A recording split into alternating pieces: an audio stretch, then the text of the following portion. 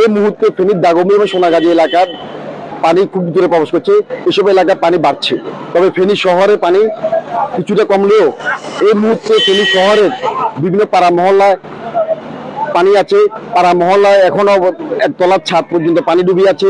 এসব এলাকার মানুষ, এসব এলাকায় যারা পানিবন্দী আছে, তারা অ্যাকচুয়ালি কোনো ধরনের খাদ্য সহযোগিতা পাচ্ছেন না। এই মুহূর্তে আছি নদীর একেবারে দক্ষিণ তীরে, আমার উত্তর পাশে কিন্তু ব্রাহ্মণবাড়িয়া জেলা। আর এখন দেখতে পাচ্ছেন যে এখানে কিন্তু নদীর ভাঙনে প্রবল স্রোতে কিন্তু পানি ব্রাহ্মণপাড়ার দিকে ধেয়ে যাচ্ছে। এমত অবস্থায় কিন্তু ব্রাহ্মণপাড়া বুড়িচং খুব ভয়ানক বিপর্যস্ত অবস্থায় আছে। পানি একদিক থেকে গোমতীর পানি, আরেক দিক থেকে শালদা নদীর পানি জেলাকে, এই দুই উপজেলাকে প্লাবিত করছে। এবং এই অঞ্চলটা প্লাবিত হওয়ার পরে কিন্তু দেখা দিবে দেবিদ্বার এবং মুরাদনগর ঝুঁকিপূর্ণ হয়ে উঠবে।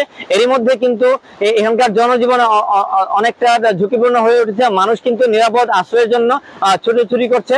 মানুষ কিন্তু সর্বশেষ ত্রাণ এবং আশ্রয়ের জন্য প্রার্থনা করছে। নোয়াখালীর সেনবাগ উপজেলার যে বন্যা পরিস্থিতি, সেটি কিন্তু ক্রমান্বয়ে অবগতির দিকে যাচ্ছে। তো একটু জানিয়ে রাখি যে আজকে সকাল থেকে কিন্তু ফেনী থেকে যে বানের পানি ঢুকে পড়ে নোয়াখালীর সেনবাগে, এই পানিতে সেনবাগের 3টি ইউনিয়ন কিন্তু ইতিমধ্যে পানিতে প্লাবিত হয়েছে। ওখানকার প্রায় লক্ষাধিক মানুষকে ইতিমধ্যে নিরাপদ আশ্রয়ে সরে আনা হয়েছে। এবং আমি কথা বলেছিলাম ওখানকার উপজেলা নির্বাহী কর্মকর্তার সাথে, তিনি আমাদেরকে যেটা জানিয়েছেন যে আসলে সরকারিভাবে এই মানুষদেরকে আসলে খাওয়ার ব্যবস্থা করে দেওয়া হয়েছে। এছাড়া আমি যদি জানিয়ে রাখি যে জেলার বাকি যে 8টি উপজেলা রয়েছে, এগুলোর বন্যা পরিস্থিতি কিছুটা উন্নতির দিকে রয়েছে। উজান থেকে আসা ঢলে কিন্তু ব্রাহ্মণবাড়িয়ার আখাউড়ার 40 থেকে 45টি গ্রাম প্লাবিত। এখন পানি আসা বন্ধ হলেও সেখানে কিন্তু হাজার হাজার মানুষ পানিবন্দী অবস্থায় আছেন।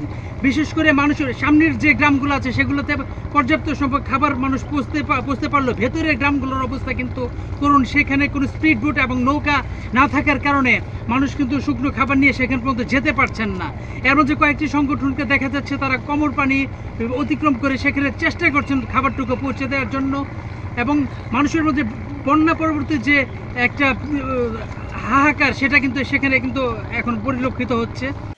খাগড়াছড়িতে বন্যা পরিস্থিতির আজ 3য় দিনে জেলার কোথাও কোনো আমরা তেমন একটা পানি দেখতে পাইনি। যে সমস্ত এলাকায় পানি উঠেছিল, খাগড়াছড়ির দক্ষিণ খবংপুরিয়া, শনিরবরা এলাকা, গঞ্জপাড়া, মুসলিমপাড়া এবং শব্দমিয়া পাড়া এলাকায় এক বুক সমান পানি ছিল। আর সেই জায়গায় এখন টোটালি পানি নেই। আমি এখন যে জায়গায় দাঁড়িয়ে আছি এটা খাগড়াছড়ির দক্ষিণ খবংপুরিয়া এলাকা।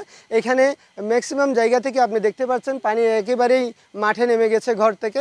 ঘরের যাদের ঘরে পানি উঠেছিল তারা এখন ঘর পরিষ্কার করার কাজে ব্যস্ত রয়েছে। তবে এখানে যেটা আমরা জানতে পেরেছি, জেলা প্রশাসন, জেলা জজ কোর্ট থেকে শুরু করে বিভিন্ন সামাজিক সাংস্কৃতিক সংগঠনগুলো এই দুর্গত মানুষের পাশে এসে দাঁড়িয়েছে।